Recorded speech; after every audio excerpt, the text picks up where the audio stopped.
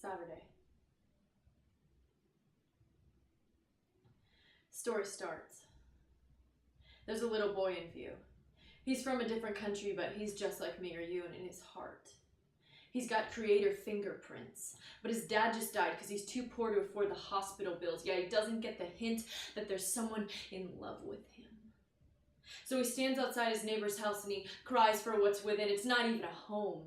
It's just a house with bamboo shutters. And as he stares at his feet, a man comes out and he begins to stutter, "I lost my dad." So it goes. 13 years old and all grown up, out working in the fields, much too young for this quality of life, so he begins to feel the need for something. I detest unrest, but I must do my best, therefore I will look up to my brother, we'll get our guns and sell our drugs, and we'll look out for one another, and it worked well. Until one day at 3 o'clock, he didn't come home at this usual time, and the sound of a ringing Glock came to haunt him. But it wasn't even that. They slit his throat, he lost his head. The border divides much more than just the living and the dead.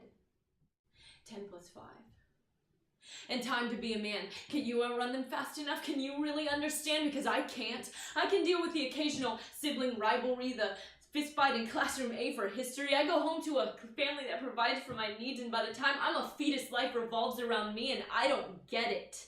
That just one continent away, there's a 6-year-old boy with broken fingers because he couldn't meet his matchstick quota for today. Or how about jump one more country to the right and you'll meet a 10 plus 2 who got the life sucked right out of her. Chained to a bed in a 6x6 room with a man on top of her. Wait, it's not over. Let's go a little farther northeast, where the mounds in the backyard cover the dead bodies of 8 unborn babies strangled by their own mother because she couldn't have another girl.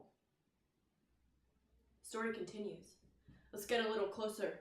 Oakland red light district, where one of my own best friends was pimped at 10 plus 6. Let's get even closer into my own hometown, where a 13-year-old boy hung himself in a shack behind my house. What were you thinking?